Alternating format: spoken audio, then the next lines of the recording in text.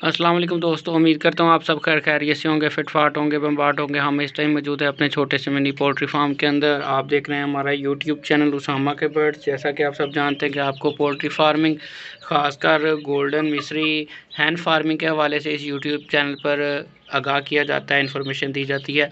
आप लोगों का बहुत बहुत शुक्रिया, आप हमारी सारी वीडियोस को बहुत पसंद करते हैं और हमें अप्रिशिएट करते हैं। यही चीज़ हमें हिम्मत देती है कि हम मज़ीद वीडियोस और आपकी प्रॉब्लम्स को सॉल्व करने की कोशिश करें। तो आज का जो दोस्तों हमारा टॉपिक है वो गर्मी है। गर्मी बहुत ज़्यादा हो चुकी है। अभी अप्रैल चल रहा है, अप्रैल का एंड चल रहा है, लेकिन गर्मी की शिद्दत ऐसे जैसे जून जुलाई हो 42-43 तक टेम्परेचर जाना शुरू हो चुका है।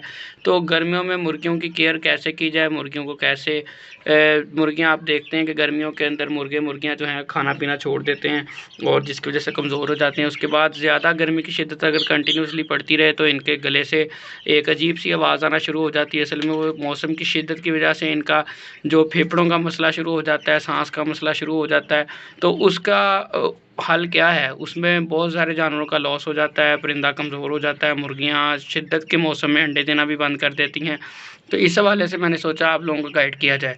इसकी दोस्तों 4 से 5 सॉल्यूशन होते हैं इस मसले को हल करने के लिए।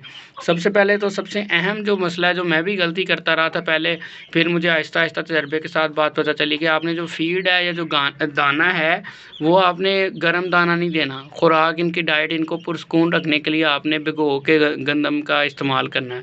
रात को गंदम भिगो दें, सारी रात भीगी रहे। अभी फ़िलहाल खैर मैंने भी शुरू नहीं की, अब मैं इंशाल्लाह करूँगा। मैं इनको भी फ़ीड ही दे रहा था, एक गर्म दाना जो गंदम का दाना है खुश्क ही वही दे रहा था। लेकिन अब मौसम काफ़ी चेंज हो चुका है, मुर्गी पर फैला के और थोड़ा सा दिन गुजरेंगे, अगर हम यही फ़ीड रखेंगे तो मुर्गियां जो हैं वो पर फैला के बैठना शुरू हो जाएंगी और वो बिल्कुल उनका जो है इम्यून सिस्टम जवाब दे देगा और मुर्गी का लॉस होना शुरू हो जाएगा। उसके लिए आपने करना क्या कि दाने को भिगो के रखना है सारी रात। सुबह के टाइम गीला दाना देना है, उससे गर्मी का असर ज़ाहिल हो जाएगा दाने में से, वो गर्म नहीं रहेगा, मुर्गी को अंदर से ठंडा रखेगा, जिसकी वजह से उनको बाहर की गर्मी जो है वो इतना नुकसान नहीं पहुंचा सकेगी। उसके बाद अगला जो ऑप्शन है वो आपने क्या करना है कि नीचे जगह का इस्तेमाल, कच्ची जगह रखें। कोशिश करें कि आपका सेटअप जो है वो कच्चा हो और पानी का छिड़काव कर दें। और ऊपर अगर मुमकिन हो, आजकल तो वैसे मुमकिन नहीं है क्योंकि महंगाई बहुत ज़्यादा, मुमकिन हो तो पंखे का इंतज़ाम करें। पंखे का इंतज़ाम मेरे पास भी नहीं है, तो मैं ये क्या करता हूँ, देसी जुगाड़ है कि आप नीचे पानी का छिड़काव कर दें, ऊपर वेंटिलेशन का इंतज़ाम हो, जैसे ऊपर जाली लगी हुई है वो पीछे बंद इंतज़ाम है, बंद कमरे में जाना चाहें बंद में जाएँ, खुले में आना चाहें खुले में आएँ। पानी का छिड़काव कर दें ताकि मुर्गियाँ को नीचे से ज़मीन की गर्मी महसूस ना हो और वो सुकून से फिरें। ठीक है, 2 चीज़ें हो गई, फ़ीड हो गई, नीचे पानी का छिड़काव, तीसरा हवादार वेंटिलेशन या पंखे का इंतज़ाम। चौथी चीज़ जो है वो बड़ी इंपॉर्टेंट है कि आप हर 3 से 4 दिन के बाद उनको एक पानी ऐसा दें कि जिससे उनकी सारी गर्मी की शिद्दत जो है वो कम हो जाए। पानी आपने कोशिश करनी है कि हल्का सा ठंडा हो। नॉर्मल रूटीन में भी अगर आप पानी देना चाहते हैं तो नॉर्मल रूटीन में भी पानी हल्का सा ठंडा होगा तो मुर्गी को अंदर जैसे ही वो पिएगी, जैसे हमें ठंडे पानी से सुकून आ जाता है, मुर्गियों को भी सुकून आएगा। दोपहर के टाइम खासकर आप कोशिश करें कि पानी ठंडा रखें, हल्का ठंडा, ज़्यादा ठंडा नहीं, इनके लिए ज़्यादा ठंडा बेहतर नहीं होता। हल्का सा ठंडा पानी का इस्तेमाल करें। और उसके बाद पानी के अंदर आपने क्या मिलाना है, मैं आपको ये भी मुर्गियाँ पी रही हैं दिखाता हूँ। ये पानी का कलर चेक करें, ये देखें ये पानी, इसके अंदर मैंने गुड़ का इस्तेमाल किया है। थोड़ा सा गुड़ ले लें आप, और ये आपने डेली नहीं करना, हर 2 से 3 दिन बाद करना है। ठीक है, और मैंने इसमें थोड़ी सी बर्फ़ का टुकड़ा डाला है पानी के अंदर, और मैंने इसमें गुड़ डाला है और नींबू जो के अंदर नमकियात होते हैं, इलेक्ट्रोलाइट का काम करता है। या बाज़ार से ORS ले आएँ, ठीक है, या फिर आप ORS नहीं ला सकते, ख़र्चा नहीं करना, घर की होम रेमेडी आपने तैयार करनी है गर्मियों से छुटकारा हासिल करने के लिए मुर्गियों में। तो आप गुड़ लें, 2 नींबू लें, नींबू अंदर छिड़क लें, और अगर मुमकिन हो तो थोड़ा सा नमक भी अगर आप ऐड करना चाहें, क्योंकि नमक भी नमकियात की कमी को पूरा करता है। और हल्का सा ठंडा रखें इसको। और विटामिन जो है, विटामिन बहुत गर्म होते हैं, विटामिन का इस्तेमाल कम कर दें गर्मियों के अंदर।